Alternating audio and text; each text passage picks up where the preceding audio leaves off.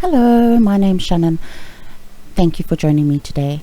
In this video, we're going to do an elegant set of nude nails with a little bit of bling and embedded roses, inspired by Kirsty Meakin, using mostly Young Nails products. I hope you enjoy.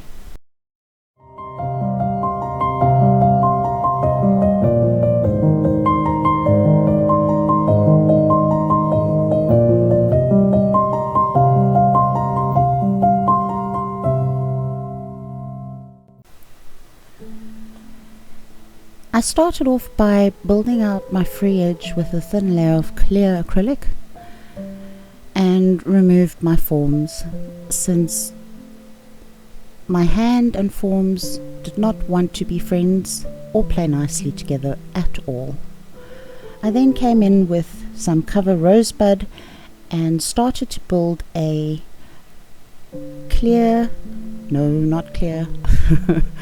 a diagonal ledge across the nail, taking care to make sure I kept it as straight and even as possible without flooding my cuticles. As you can see, I haven't done the best job there, but it all turned out alright in the end. I just kept working it until I was happy with it. I then repeated that same process on the next nail, and to the best of my ability I lined up the ledge so that it would look like the design flowed across from one nail to the next. Again, trying my best to keep that ledge as straight and even as possible, and making sure I had a nice thin layer along the cuticle line, bringing that bead up and over the original bead that I placed and straightening it all out, just keeping it nice and neat, making sure my coverage was even and looked as neat and finished as I possibly could get it. Not a huge fan of filing, so if I can keep it as neat as possible, it minimizes the amount of filing I need to do. I am busy applying a thin layer of gold leaf Blitz and fading it from the cuticle towards the free edge.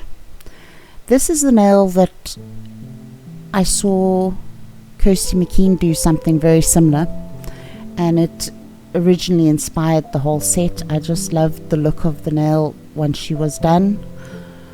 What I would say is I wish I had brought that glitter a little bit further down. I'm then repeating that gold leaf Blitz and along the,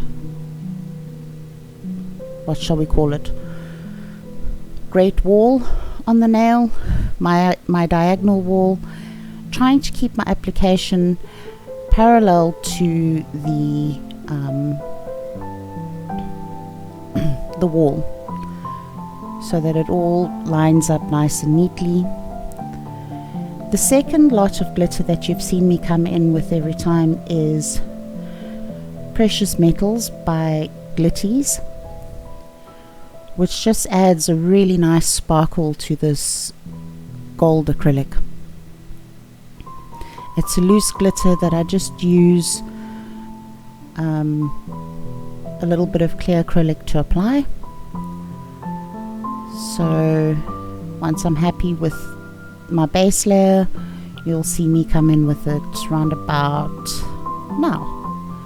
Just adding that little bit of iridescent sparkle, holographic gold look to the nail, which I really think is quite pretty.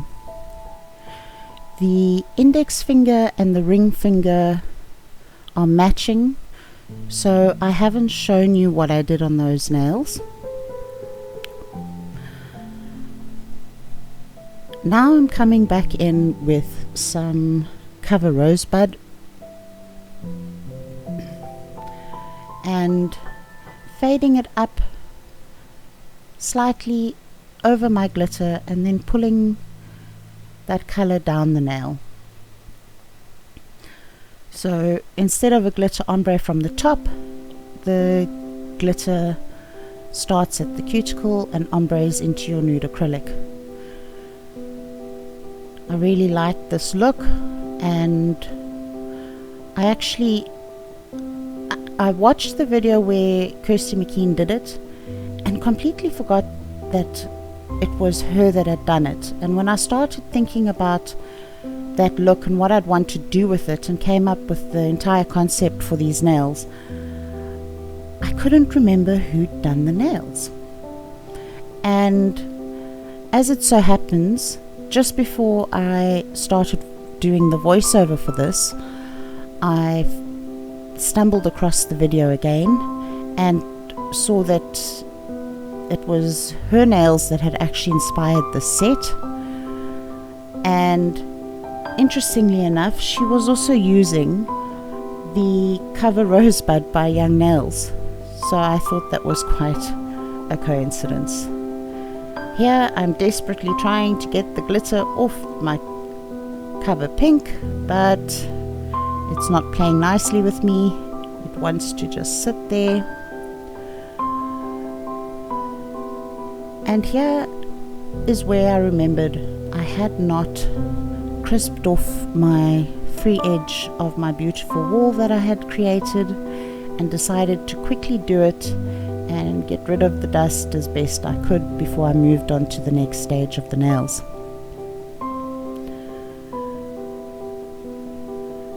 And before I do that, I also filed out that glitter and just covered up the gaps that I'd made, and decided to cap the nail in clear while I was at it. Again, I'm repeating this process on the pinky, but I haven't shown it in interest of keeping this video a decent length in time. As you can see, I am struggling a bit with my application here.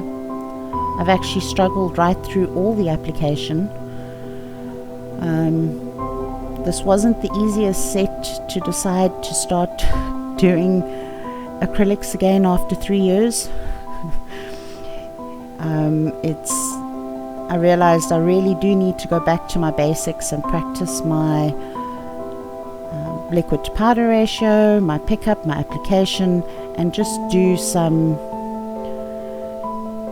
basic structure revision and practice before I go into the more intricate designs. Even though I like the intricate designs, they will be a lot better if I just put some time and effort into my practice. I will probably record a few videos of me practicing so that you can see how I go about it. On this nail, I'm now coming in with some white acrylic and starting to build the first petal of my rosebud. Again, I struggled with my 3D roses. It's been a long time since I've done acrylic, let alone 3D work, and my ratio for pickup was definitely too much on the dry side for a lot of these beads, and I was impatient. So you will see that instead of letting it just set a little bit before I start trying to manipulate it, I just go in and I try and force it to do what I want it to do. That doesn't always work out so well. There are a couple of the petals that I could not salvage and had to just remove. But I kept going and persevered because I had an idea of what I would like to achieve with this set of nails. And I wasn't going to let struggling slow me down.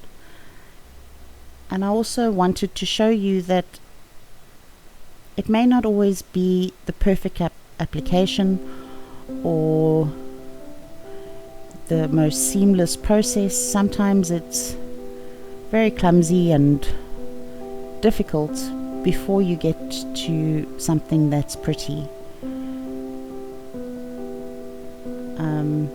Luckily, since these are going to be embedded under some clear acrylic, the details don't have to be as perfect as when you do it on top of a nail. So a lot of the flaws are a little bit disguised, so that helped me quite a bit. But acrylic is not an easy thing to do, and what I have discovered, while a lot of you remember all the theory, it's not quite like riding a bicycle either. It takes a bit of practice to get back into it, and these are also all new products. I've never worked with young nails before now, so I'm just figuring out how the product likes to work, how much liquid it likes in with the powder, and how really just to work with it to achieve the desired outcome. I have now managed to completely close the middle of my flower, and using the tip of my brush I'm just poking it in and pulling that acrylic back out. That petal has disappeared into my base petal, so I've come in with another bead, and I'm trying to be patient and just let the acrylic set a little bit as I manipulate it into place. I'm not sure if I was 100% happy or frustrated, but round about this point I decided, let's start working on the next nail and see if I can do a little bit better on these roses. And once again, that bead is too wet, and I am not waiting long enough. It doesn't look too bad at this point, but all the shape that I've just pushed in is busy bouncing back. The next bead is to dry, and I'm trying to flatten out the first bead, and it starts to become a little bit of a juggling act, trying to figure out what I should be doing where in order to get the look that I want.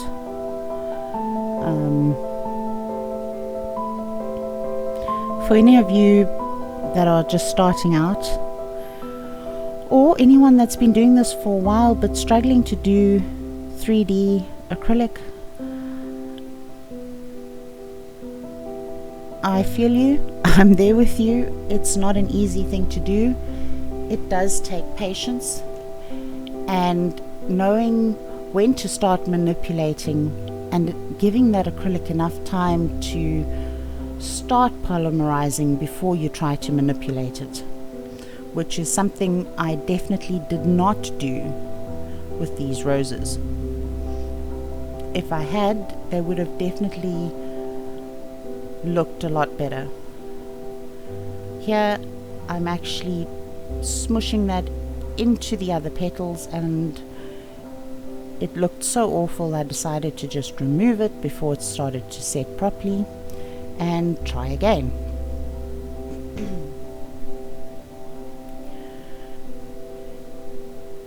There are a lot of very talented nail artists on YouTube that make this look incredibly easy, and once again I'm removing it. Can you see?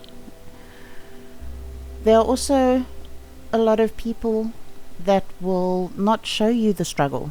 They'll edit this part out of the video, but I know the pressure that you feel as a nail tech, being able to do all these things, and everybody makes it look so easy, and it really is not. Don't feel discouraged if you can't do it at first.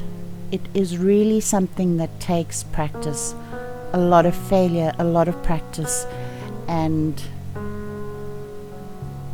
just know in time it will come right. You will figure it out.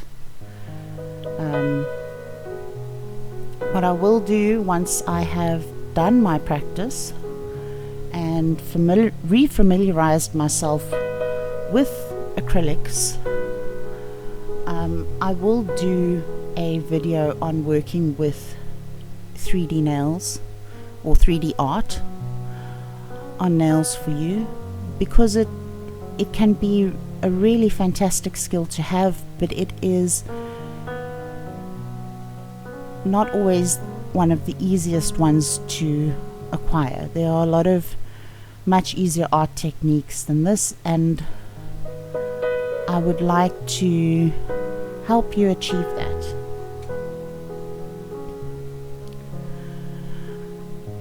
As you can see, I've built a teeny tiny little leaf between those two flowers, which I really quite liked. Now, your leaf shape like that, I really like using a little silicone tool to bring in the veins and the details, because the glitter shines through where you've pushed all the way through, and it's those demarcations, you just can't get them as crisp and as clean with a brush. And now I am trying to get that center swirl of my rose, and it really didn't want to. That wall was really in the way. I think if I'd just done 3D nails embedded, or 3D roses embedded in the nails, it would have been a lot easier. What I'm doing here is just making sure that my flowers are really nice and wet with monomer before I come in with a wet bead of clear acrylic. This helps the acrylic to flow into all those little crevices and reduce the amount of air bubbles, giving you a much clearer, crisper, embedded 3D effect on your nails. The same would apply to anything you choose to embed, not just roses. And I'm just completely covering it all in clear and trying to again create a nice crisp clear ledge across that nail, trying my best to keep it parallel with my cover Rosebud ledge above it, so that once it's dry I can file it and make it nice and crisp, which is what you're seeing me do there now. I cut out the part where I covered the nail on the other hand, but it's exactly the same as the first one. Then I'm removing all the dust and coming in to finish off the nail with a bit of my cover Rosebud. I must say I really do like this color. At some point I'm definitely going to be putting it on myself, and wasn't happy with that bead. It was a little bit dry underneath, so I removed it and tried again. And here's where I started to build the Great Wall of China. Instead of looking at my free edge and making sure I was happy with the thickness there, I tried to level it all out to how I'd capped in clear. And if you remember, I've accentuated the wall at the apex to make sure I'd covered enough of the apex when I built out that first ledge. So this is really too high and too thick for what I need, and I am definitely going to pay for that later when I need to file. You don't want huge dips and divots. That does make it a little bit harder to file, but at the same time you don't need to build a doorstop just because one section of your nail is higher than the other. You can easily file. I could have easily filed that a clear down to meet